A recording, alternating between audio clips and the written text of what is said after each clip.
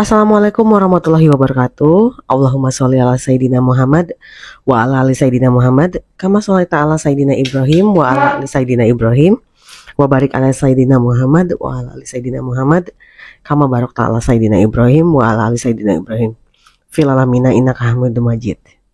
Teman-teman semua, kita ketemu lagi di YouTube channel Lona Sari.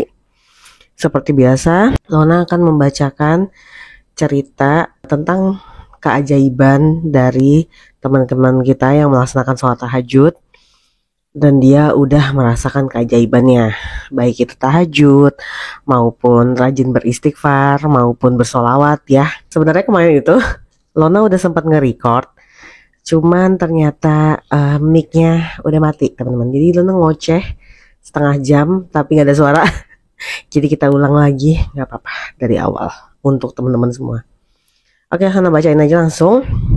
Assalamualaikum Mbak, saya Inara dari Jogja. Ini kedua kali saya kirim testimoni ke Kak Lona. Langsung aja ya Mbak. Intinya semenjak dawamin sholawat, hati rasanya tenang banget. Menghadapi apapun, kehidupan tidak ada rasa takut. Karena punya keyakinan bahwa apapun yang terjadi dalam hidupku itu adalah kehendak Allah. Kalau saya sedang di posisi tidak baik-baik saja, ekonomi morat-marit, utang di mana-mana, tapi mungkin dengan cara ini Allah mendidikku Mbak. Dengan cara ini juga aku jadi lebih dekat dengannya. Begitu azan langsung sholat, tahajud, duha, alhamdulillah lancar. Ketika lagi minta sama Allah, Allah kasih petunjuk lewat artikel-artikel atau ceramah-ceramah pendek di Instagram atau YouTube. Sesuai banget dengan apa yang aku rasakan. Jadi ngerasa Allah tuh ngomong sama aku Mbak. Dari Ustadz Adi Hidayat pernah bilang bahwa seseorang itu kalau rajin tahajud dan lain-lain yang diberikan pertama kali itu ketenangan. Allahu Akbar, itu yang saya rasakan saat ini Mbak. Sekarang jika terjadi sesuatu yang kurang mengenakan, saya langsung bicara sama diri sendiri bahwa semua ini terjadi atas izin Allah. Suatu ketika seharian dawamin munjiat tanpa dihitung. Seharian itu juga makanan dari arah mana aja datang Mbak. Aku ditraktir juga sama ibuku.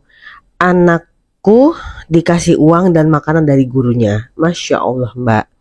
Ketika masuk kamar mandi, aku lihat Pepsodenku habis Mbak. Begitu keluar kamar mandi, aku bilang, ya Allah, Pepsodenku habis. Minta ya Allah untuk beli Pepsoden. Gak lama dari itu Mbak, ada yang ngasih uang 50.000 ke aku Mbak. Waktu tahajud aku bilang sama Allah, kalau hari ini waktunya utang ke temen 300.000. Paginya ada yang nawarin uang 300.000 Mbak. Dia nanya, kalau butuh uang ini dipakai dulu katanya Mbak. Terus kemarin ceritanya suamiku order HP online untuk anakku dengan harga murah 1,2 juta gitu Mbak. Ya cukuplah untuk anakku Mbak. Masya Allah Mbak. Begitu paket datang langsung aku buka. Aku unboxing itu HP. Aku bilang lah sama suami, kok ini beda tipe? Suamiku kaget Mbak. Itu salah kirim. Itu yang harganya jauh lebih mahal. Saya langsung deg-degan Mbak. Gimana gak jantungan? HP sudah saya buka segel dan ternyata salah tipe Mbak. Karena pesan suami waktu itu, kalau HP datang suruh langsung unboxing Mbak. Takut terjadi sesuatu Mbak. Padahal di bungkus paket itu juga tulisannya tipe dan warna sesuai yang dipesan suamiku Mbak. Kalau yang datang itu Mbak, HP-nya bagus banget Mbak. Harganya juga mahal. Sekian dulu Mbak testimoni dari aku Mbak. Wassalamualaikum warahmatullahi wabarakatuh. Semoga Mbak Lona dan keluarga murah rezeki dan selalu dalam penjagaan Allah. Amin amin ya robbal alamin. Makasih ya Mbak Inara untuk cerita dan doanya. Lona jujur ya, secara pribadi tuh seneng banget sama temen-temen yang suka ngasih bukan hanya testimoni ya, tapi kayak kisah yang kalian rasakan setelah kalian rajin tahajud, duha, terus rajin sholawat dan istighfar itu. Kalau baca cerita-cerita yang selama ini Lona bawain di YouTube tuh, kayak ini kan video YouTube Lona udah lumayan banyak ya. Jadi kalau Lona nonton ulang tuh kayak Ya Allah, alhamdulillah ya Allah. Lona udah sampai maksudnya udah sampai segini gitu. Udah sampai sejauh ini ditemenin teman-teman semua. Terus mudah-mudahan terus bisa memberikan manfaat buat teman-teman semua. Jadi yang tadinya mungkin cuman suka nonton doang, cuman suka nungguin testimoni-testimoni dari teman-teman lainnya, nanti suatu saat udah mulai rutin menjalankan tahajudnya ya. Karena benar kata Mbak Inara tadi, tahajud dan ibadah apapun yang dilakukan dengan istiqomah yang kata Ustadz Adi Hidayat tadi ya, itu akan memberikan ketenangan kepada orang yang mengamalkannya. Mustahil banget kalau ibadah itu nggak ada hasilnya ya. Gimana pun juga kan ibadah itu kita lakukan dengan niatan untuk agar semakin dekat sama Allah Subhanahu Wa Taala.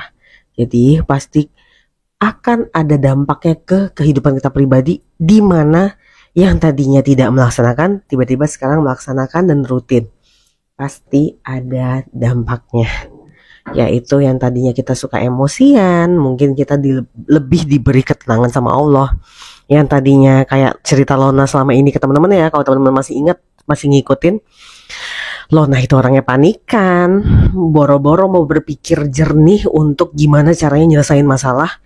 Lona malah panik dan kayak ngerasa, wah nih masalah gak bakalan selesai. Jadi emosi, panik, wah itu benar-benar santapan nikmat dari para setan ya teman-teman ya. Karena yang namanya orang beriman, kalau bisa itu jangan punya sifat panikan. Karena gimana pun juga setiap permasalahan kalau kita terapkan di pikiran kita, masalah ini Allah datangkan untuk menguji aku. Masalah ini aku kembalikan ke Allah lagi deh. Kan Lona udah berkali-kali bilang sama teman-teman semua, masalah itu akan terasa berat kalau kita nyelesainnya dengan jalan dunia, dengan keterbatasan kita. Kita nih terbatas banget teman-teman. Manusia itu diciptakan untuk apa sih? Untuk diuji kan? Untuk untuk menjalani hidup dengan ujian-ujian. Kalau kita sabar, kita lulus. Dan alangkah baiknya kalau kesabaran itu diimbangi dengan ibadah-ibadah yang top chair gitu loh. Ibadah-ibadah itulah yang akan meninggikan tingkatan timbangan amalan kita nanti saat kita ditimbang pada hari akhir nanti ya. Jadi alangkah meruginya orang yang sudah punya basic penyabar. Kan Nona sering juga tuh dulu ngeliat orang A, B, C, dia udah memiliki sifat yang bagus sekali. Dia penyabar segala macam ya. Tapi alangkah meruginya kalau dia tidak ibadah. Jadi sifatnya udah oke ya, sifatnya udah oke banget, tapi amalan yang untuk dia bawa nanti nggak ada gitu loh. Kan sayang, kasihan gitu. Begitu juga untuk orang-orang yang udah rajin nih ibadahnya, tapi ibadahnya itu tidak diimplementasikan dia ke kehidupannya, tidak mempengaruhi dia dari segi sifat dan sebagainya. Itu sayang sekali. Jadi gimana caranya kita sebagai manusia tuh belajar. Kita tuh hidup kita tuh belajar dan belajar terus. Contohnya seperti yang Lona udah sering cerita ke teman-teman, suami Lona. Ini juga bisa untuk jadi jawaban buat teman-teman semua yang suka nanya, Mbak Lona gimana caranya agar pasangan saya itu mau ikut ibadah bersama. Teman-teman, manusia itu beda-beda. Kalau kalian bertanya itu ke Lona juga, jujur suami Lona juga masih abu-abu banget tahajudnya. Tapi gak apa-apa. Kayak misalnya ya suami Lona tapi tetap rajin sholat duhanya, sholawatnya rajin, ngajinya rajin, istighfarnya rajin. Ya itu udah cukup. Sholat sunnah, dia paling rajin banget sholat sunat ya. Sebelum dan sesudah sholat gitu, 5 waktu. Jadi itu menurut Lona untuk hal itu aja dia udah cukup. Kalau untuk dia rutin tahajud, ya mungkin ya dia merasa ada Lona ini, ada mami ini yang buat doain aku. Jadi kejadian nih baru-baru ini, aku sama suamiku kan lagi pengurusan tentang hak suamiku dari kantor yang sebelumnya yang lama. Jadi kantornya ini memutuskan hubungan kerja dengan seenaknya. Di saat suami aku udah memberikan kinerjanya yang pol-polan, udah istilahnya kalau dalam hubungan percintaan tuh kita nih lagi sayang-sayangnya, lagi setia-setianya sama nih pasangan, Tiba-tiba kita dicampakin gitu aja dan tidak diberi setidaknya perlakuan baik untuk supaya kita tuh merasa dihargai gitu loh. Ini udah kayak di PHK aja gitu. Ternyata setelah kita mengurus ke Sudin, ke Jakarta Utara, itu ternyata suami aku itu mendapatkan haknya itu yang taruhlah 100% ya. Angkanya 100% gede gitu. Tiba-tiba melewati pertemuan mediasi segala macam dengan lika-liku itu, sampailah pada di titik si direkturnya ini minta 20%. Jadi dari 10% bukan ke 80 atau 75 atau 50 aja. Dia menjatuhkannya tuh ke 20. Nah, teman-teman. Terus suami Lona karena dia baik ya. Kalau menurut Lona dari ceritanya suami Lona tuh dia baik sekali. Dia mengiyakan demi terjadinya musyawarah, kesepakatan musyawarah gitu lah. Udahlah, capek juga untuk terus gontok-gontokan karena memang kalau Lona lihat dari suami Lona pribadi, dia tidak mengharapkan nominal atau uangnya, tapi dia mengharapkan itikat baik dari si kantor ini. Jadi semacam dia memberi ganjaran atau pelajaran. Ini duniawi nih, ditempuh pelajaran dan ganjaran melalui dunia ya. Jadi teman-teman biar bisa ngebedain ini jalan yang ditempuh lewat dunia sama jalur langit ya teman-teman ya. Terus teman-teman semua udahlah diturun dari 100% ke 20%, diminta pula dicicil. Jadi bayarnya itu nggak langsung pula dalam satu tempo 20% itu. Diminta 4 bulan. Jadi dipecah-pecah lah, dicicil karena alasannya kantornya lagi ada masalah. Yang jelas-jelas suami Lona masih punya teman-teman yang ada di dalam kantor itu. Dan dia otomatis juga banyak tanya dong, emang semasalah apa sih di kantor gitu kan. Ternyata ya si GM sama si Dirut ini masih merajalela aja gitu loh. Menguras kita nggak tahu ya, tapi ya kayaknya ada dengar kabar dia bermain lah di dalam kantor itu. Udahlah minta dicicil, tak dibayar pula sampai detik ini. Tidak ada masuk ke dalam rekening suami Lona. Jadi apa? Kalau menurut teman-teman, apa yang bisa teman-teman tangkap? Ayo, Lona juga pengen tahu. Tulis di kolom komentar ya. Suami Lona dengan kemampuannya dia menempuh jalur dunia ya. Sampai dia capek. Yang terutama yang capek ya Lona dan suami ya. Lona sampai ninggalin anak, sampai titipin anak setiap pulang sekolah ke rumah temennya demi ngurusin ke Tanjung Priuk tuh Jakarta Utara. Lona kan nggak di Jakarta Utara ya, kita jauh juga ke sana, bolak-balik untuk mediasi segala macam. Ini jalur dunia nih kita tempuh. Terus suami merasa dizolimin kan, terus dia curhat ke Lona. Biasanya suami memang sifatnya seperti itu. Kalau dia udah capek menempuh jalur dunia, dia akan mengembalikan ke Lona. Nih gimana nih, gue udah capek dizolimin sama dia gitu. Menurut Mami gimana? Jahat banget, udah dari 100% Mi diturunin bukan ke 80, ke 75, ke 40, tapi ke 20. Bener-bener nih orang emang gak ada itikat baik untuk menghargai karyawan. Kalau aku lanjutin nih aku bisa nih, aku sewa pengacara habis di perusahaan gitu. Teman-teman tahu Lona bilang apa? Karena kamu menyelesaikan semua permasalahan itu dengan emosi dan dengan jalur dunia. Terus suami Lona jawab, terus mau kamu aku gimana? Maunya aku, kamu bentangkan sejadah di sepertiga malam, kamu sholat, kamu minta ke Allah. Kamu bilang, kamu cerita ke Allah. Dan ini ada di ceramahnya Ustadz Hanan Ataki. Kalau teman-teman follow Instagram Nona pernah repost. Jangan kalian bersantai-santai dengan kehidupan kalian yang ternyata kalian itu udah menzolimi orang lain. Tanpa sadar kalian sudah menzolimi orang lain dan orang lain itu menumpahkannya di sejadah. Di sepertiga malam ke Allahnya dia mengadu habis kalian. Itu ngeri banget. Makanya kenapa orang yang dizolimin itu, kalau kata Ustadz Hanan Ataki, diperbolehkan meminta apapun. Makanya kenapa disarankan di Islam jangan meminta hancurnya si orang yang jahat. Karena si orang yang jahat itu, yang menzolimi itu, udah pasti kena teguran sama Allah. Karena itu merupakan konsekuensi dari perbuatan dia. Alangkah meruginya nih kita, sesuatu yang sudah ditetapkan oleh Allah kita minta lagi. Makanya ustadz-ustadz baik Ustadz Ahmad Hataki atau Ustadz Adi Hidayat atau Ustadz Khalid Basalamah itu selalu bilang, kalau kalian dizolimi, mintalah di saat itu untuk kebaikan kalian. Jadi misalnya hajat kalian, karena pasti achieve, pasti dikabulin. Jadi rugi banget kita minta, ya Allah balasin tuh manusia. Nggak usah.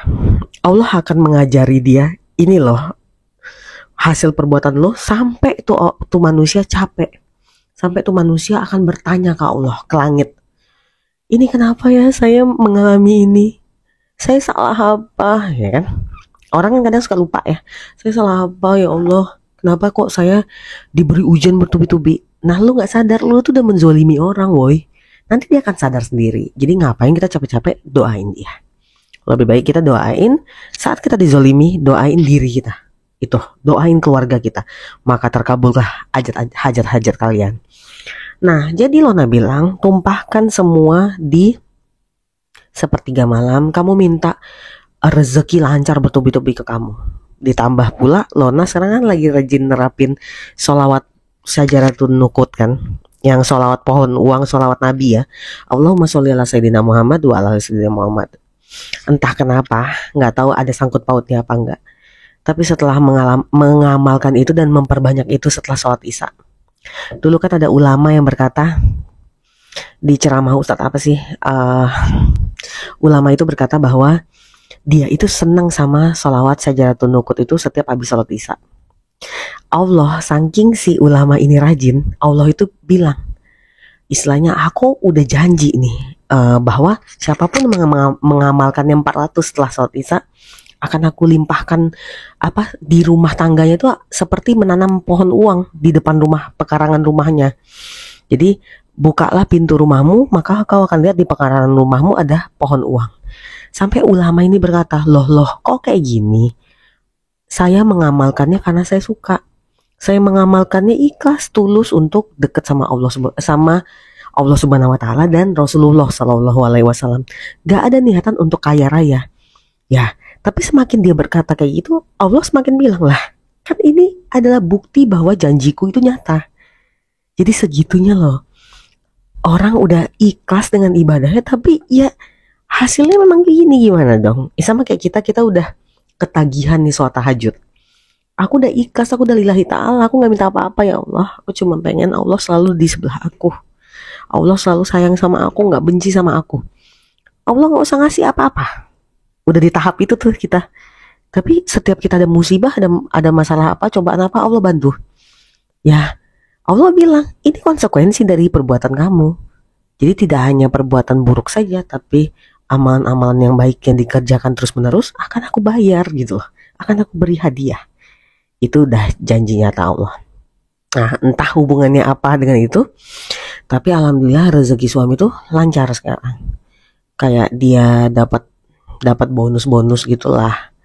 Ada aja dapat, alhamdulillah. Jadi dia bisa nyenengin keluarganya gitu.